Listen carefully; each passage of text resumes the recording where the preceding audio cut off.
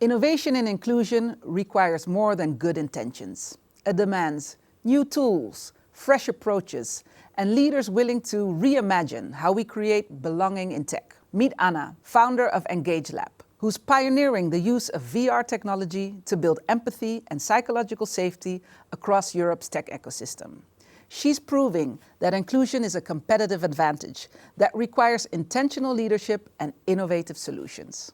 Ania, with 16 years in fast-paced tech, you've shared that your ideas were sometimes overlooked. How did those experiences shape your views on inclusion, and how do they drive your work today? You know, I was never really the loudest voice in the room, which might come as a surprise to some because I'm a very energetic person.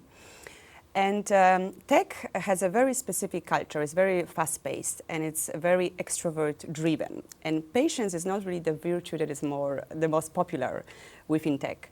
So that meant that many of my ideas didn't even surface during the meetings. And sometimes it was due to the gender, you know, being the only woman in the room. Sometimes it was due to culture, being an expat in a very local environment. And I also learned over time that my neurodiverse brain is much more reflective than reactive. So over time, I learned to see that actually as a big strength because it really helps me to do my job today, meaning I can listen deeply and notice patterns that others don't. But it also taught me a lot about inclusion. And for me, inclusion is not only about validating diverse opinions, but it really starts about inviting them to the table. So today, through the workshops I do, so either I help the teams to strengthen the team dynamic and the levels of psychological safety, or I help them to actually discover the impact of unconscious bias through those very innovative virtual reality tools. I really try with that to strive to actually create those spaces that are much more open, that are stronger, more efficient, because everybody can feel like they can safely speak up and they feel like they belong. When we progress with this discussion, there are these aha moments.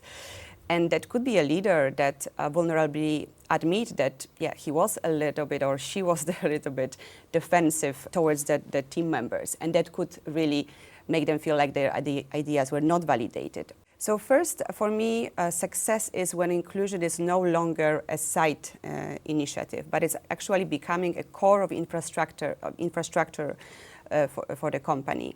But to do that, we need to start, for example, measuring through the KPIs that support inclusion, for example, psychological safety. And Diverse Leaders in Tech is a fantastic platform that offers that framework. So for me, ultimately, inclusion is success where we are really going to see it as something that is non-negotiable, measurable, and essential.